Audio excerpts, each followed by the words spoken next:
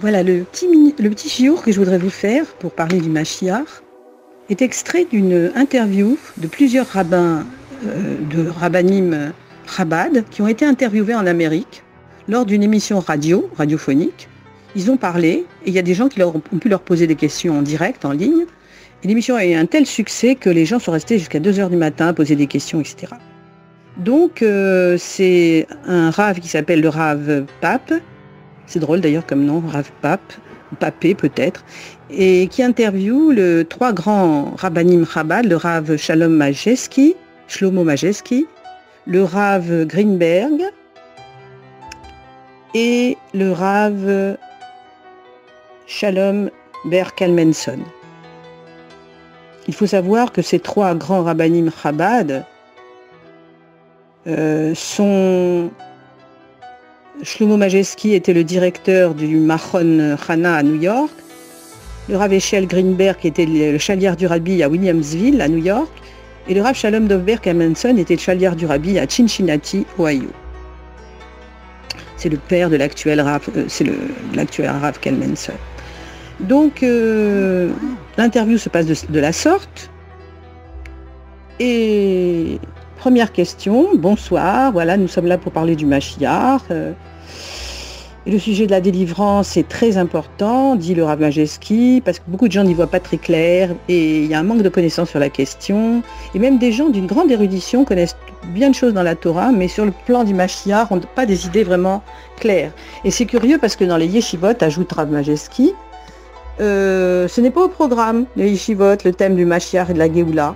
Donc on a une génération très cultivée sur tous les domaines de la Torah, mais qui ignore tout des thèmes du Mashiach, ne connaît pas grand-chose. Et donc, première question, Rav Majewski, pourriez-vous nous informer de l'importance de la Géoula du roi Mashiach dans la foi juive?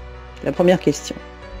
Rav Majewski répond, eh bien avant tout, la foi en le Mashiach est l'un des 13 principes de foi, selon le Rambam, qui enseigne que le judaïsme est basé sur ces 13 principes. Et parmi ces principes, le 12e qui comprend la foi en Dieu, enfin, le premier c'est la foi en Dieu et en la Torah, et le 12e c'est la foi en la venue du Mashiach, et le 13e à la résurrection des morts. Et le Rambam précise que si l'on ne croit pas à l'ère de la Géoula, et si on croit seulement en l'ère de la Géoula, mais pas en la personne du Mashiach, on est considéré comme si on avait renié toute la Torah. Et le Rambam précise exactement la personnalité, il décrit la personnalité que devra avoir le Mashiach. Si se lève un roi de la maison de David, qui ramène tout Israël à la Teshuvah, qui est érudit dans toutes les parties de la Torah, et qui réussit, etc. Alors, il reconstruira le temple, il rassemblera le peuple juif sur la terre d'Israël et le conduira à accomplir toute la Torah à travers les 613 mitzvot, qu'on ne pouvait pas faire pendant l'exil puisqu'on n'a pas le temple. Alors, il s'adresse à Rav Greenberg et il dit, pouvez-vous nous dire comment le Rambam décrit la personnalité du Mashiach? Alors, réponse du Rav Greenberg, il dit, contrairement à ce que pensent de nombreuses personnes, la Géoula ne consiste pas uniquement à nous libérer des tourments et des souffrances que nous subissons en exil. La finalité de la Géoula est de faire revenir le peuple d'Israël à la situation qui était la sienne avant l'exil, lorsqu'il habitait dans sa totalité sur la terre d'Israël et qu'il pratiquait la totalité des commandements de la Torah. Depuis que nous avons été exilés, nous avons perdu la possibilité de pratiquer la Torah et les mitzvot en totalité. Et beaucoup de commandements ne peuvent plus être accomplis puisqu'on n'a pas le temple. La fonction du Mashiach sera donc de restaurer la plénitude de la Torah. Il devra par conséquent être un exemple vivant de ce qu'il préconise, une illustration des valeurs de la Torah. Et Rambam expose clairement que le Mashiach est un dirigeant, un érudit dans toutes les parties de la Torah, consacré entièrement à l'accomplissement de celle-ci. Et il doit investir toute sa vie là-dedans et toute son énergie à faire revenir tous les Juifs à la voie de la Torah et à la pratique des mitzvot. Il lutte contre le mal. C'est cela qu'on appelle Mashiach fera les guerres de Dieu. Ce sont des guerres spirituelles. Bien entendu, il doit lui-même descendre de la dynastie royale appelée la maison de David. S'il réussit dans sa tâche, il est alors présumé Mashiach. Et cela ne signifie pas que la Géoula est enfin arrivée, quand il est Mashiach présumé. On est toujours dans l'exil, dans la galoute. Mais cela indique que le Mashiach a montré qui il est, ainsi que sa potentialité à être le libérateur. Puis ensuite arrive la seconde phase, celle appelée l'ère de la Géoula. Le Mashiach réalise les étapes qui signifient la fin de l'exil. Il édifie le sanctuaire et réunit les exilés d'Israël sur la Terre Sainte. Nous pouvons alors à ce moment-là dire que nous entrons dans l'instant de la délivrance. Et cette fois-ci, c'est vraiment le Mashiach certifié.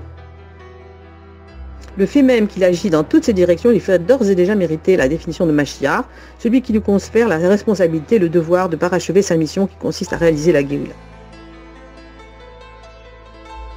Alors,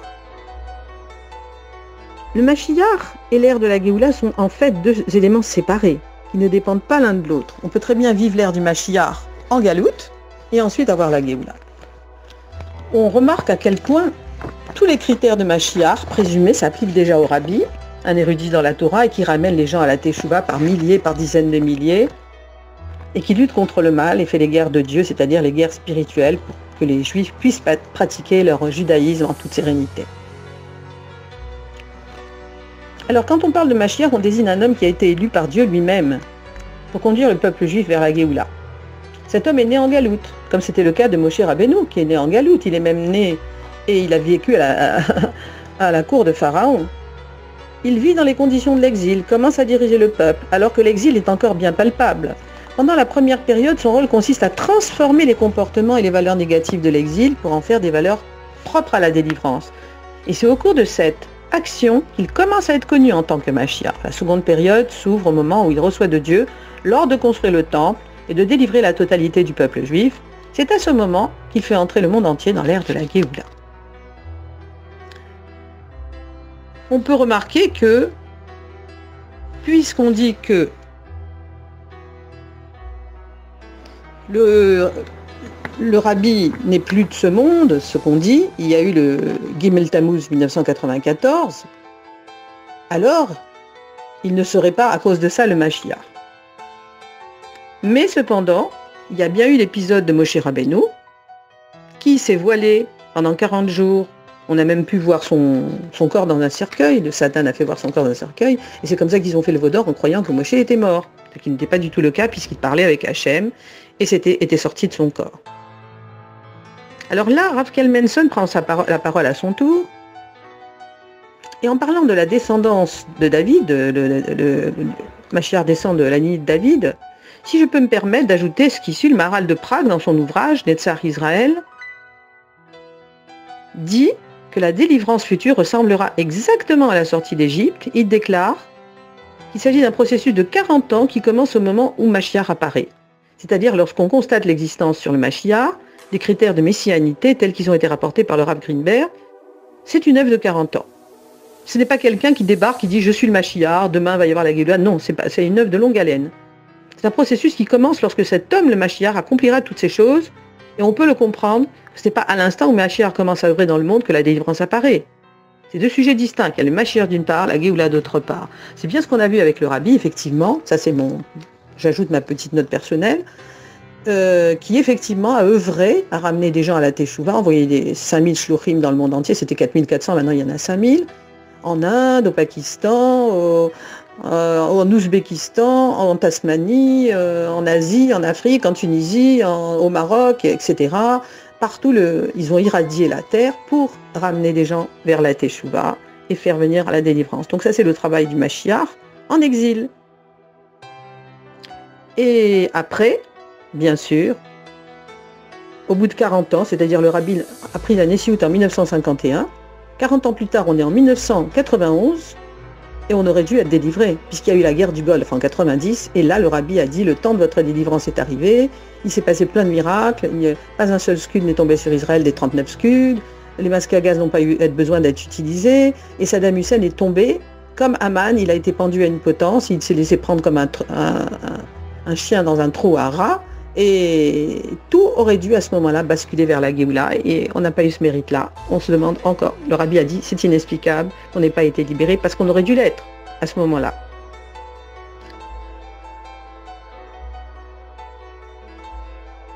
Alors là, il dit ensuite, il y a des questions qui se posent, c'est un peu long, donc j'abrège un peu. Donc il parle justement de 1990, l'année de la guerre du Golfe Persique. Et c'est à ce moment que le rabbi a déclaré qu'il était dans le Midrash Yalkut Shimoni, de manière très claire, que les événements en question arriveront l'année où apparaîtra le roi Mashiach. Et le rabbi revient de nombreuses fois sur ce sujet. Il parle de Mashiach qui apparaît. Et dans le Sefer Hasichot 5750, les phrases du Midrash citées par le rabbi qui cite que le peuple d'Israël sera saisi d'une crainte profonde, c'est bien ce qui s'est passé au moment de la guerre du Golfe, et que Dieu les calmera en ces termes. Mes chers enfants, ne craignez rien, tout ce que j'ai fait, je l'ai fait pour vous. Le temps de votre délivrance est arrivé. Et le rabbi a dit que c'était le message de Dieu, effectivement. Cette annonce a été faite clairement par le rabbi. Et il a dit que cette année-là, 1990, était le début de la révélation du roi Mashiach, et qu'elle provoquerait l'émergence d'un sentiment très puissant en faveur de sa venue, que tout le monde demanderait et devait se préparer à la révélation du roi Mashiach. Maintenant, il y a des questions qui se posent. Par exemple, peut-on dire que la croyance enlevée qu'un homme qui n'est plus parmi nous va se relever et nous délivrer est contraire à la Torah et au judaïsme? Alors Rav Majewski répond, pas du tout. C'est écrit dans notre Torah, au traité Sanhédrin, en parlant de l'identification du Mashiach, la Guémara enseigne, s'il fait partie des vivants, ce sera par exemple Rabbanou Akadosh, le rabbi Yehuda Hanassi, et s'il fait partie des morts, ce sera par exemple Daniel, le prophète, le bien-aimé. Donc on envisage qu'il puisse faire partie des morts, le Mashiach, ça ne le met pas hors jeu, qu'on ne le voit plus, physiquement. Et enfin, il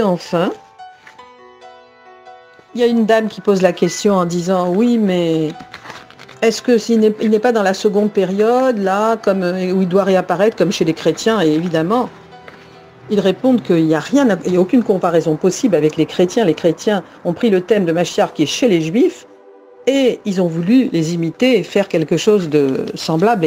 Et ce n'est pas l'apanage des chrétiens que l'histoire du Mashiach. À cause de l'histoire avec JC, on ne va pas dire non, faut faire attention, on copie sur les chrétiens, etc. Et il dit aussi, de manière très fine, alors, si on ne doit pas faire, sous prétexte que les chrétiens disent qu'ils ont eu un Mashiach, on ne doit pas croire en Mashiach, alors à ce moment-là, on ne doit pas faire Shabbat parce qu'il y a des chrétiens qui font peut-être Shabbat ou qui font certaines mitzvot, on ne les fera plus. C'est bien répondu. Et enfin, alors on arrive vers les questions qui sont posées. S'il s'élève un roi de la maison de David, dit le Rambam, et il y a quelqu'un qui objecte, ça ne peut pas être le rabbi, c'est pas un roi.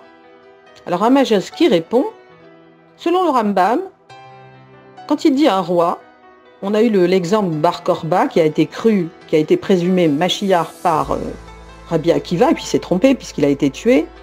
Et cependant, ce n'était pas un roi, mais c'était un grand dirigeant, celui qui a une étoffe de grand dirigeant, le Nassi de la génération, le chef spirituel, peut être assimilé à un roi, puisqu'il n'y a plus de roi à notre époque. Mais cependant, le rabbi descend de la maison de David par le Maharal de Prague dont il est un descendant, qui lui-même descend de la maison, en ligne directe de la maison de David, et on sait que le Mashiach doit descendre de la maison de David.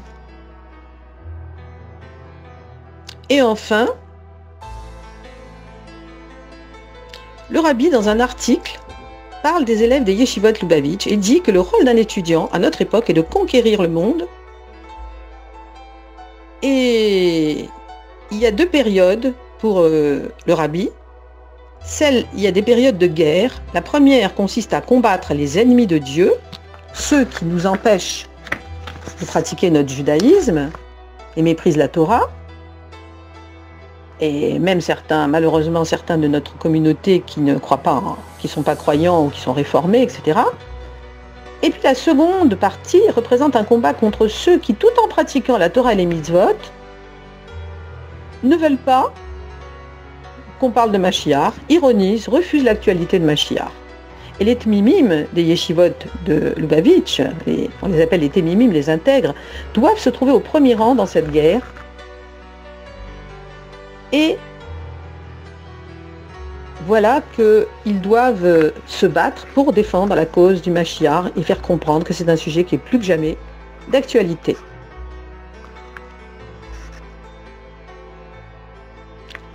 Enfin, Rav Majewski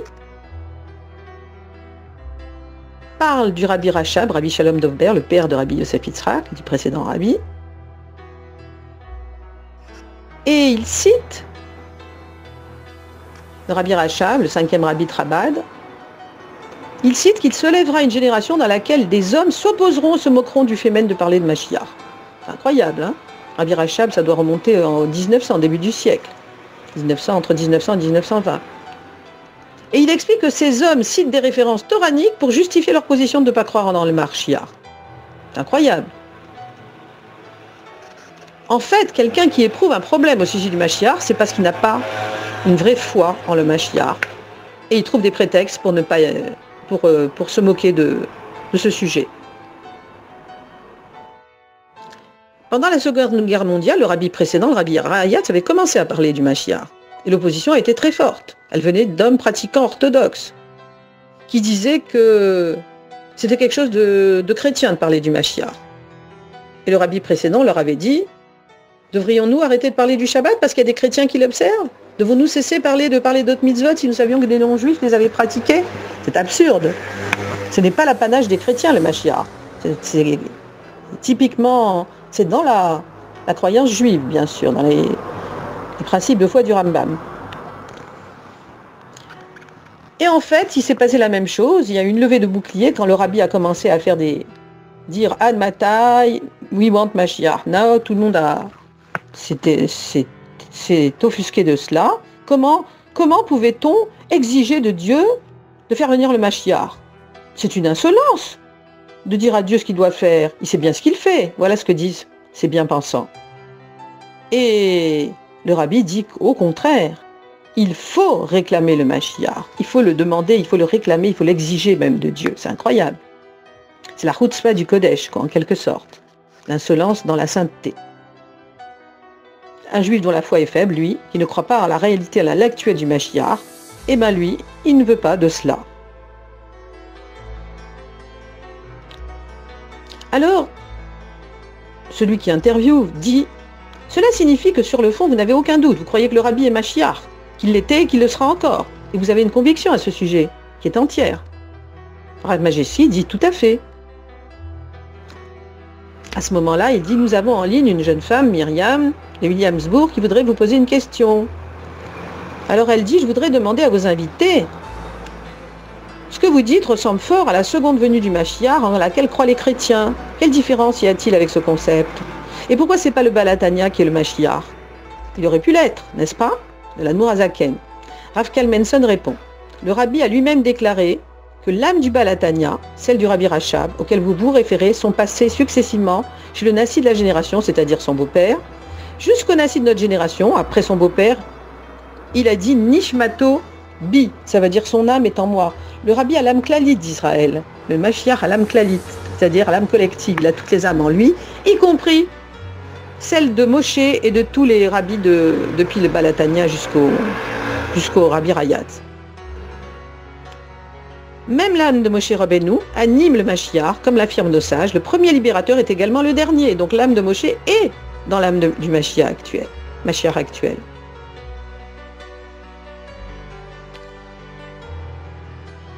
Et à propos de la dissimulation du rabbi, puisque l'on ne le voit plus visiblement, ça s'apparente à ce qu'a fait Moshe Rabbeinu quand il est monté au mont Sinaï pour 40 jours et qu'on a cru qu'il était mort, effectivement, mais l'épreuve dure un peu plus longtemps.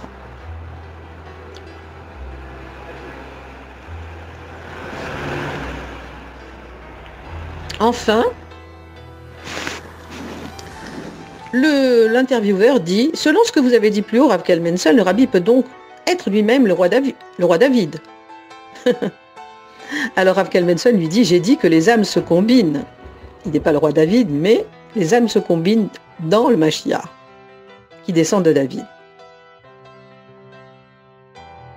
Alors, l'intervieweur poursuit.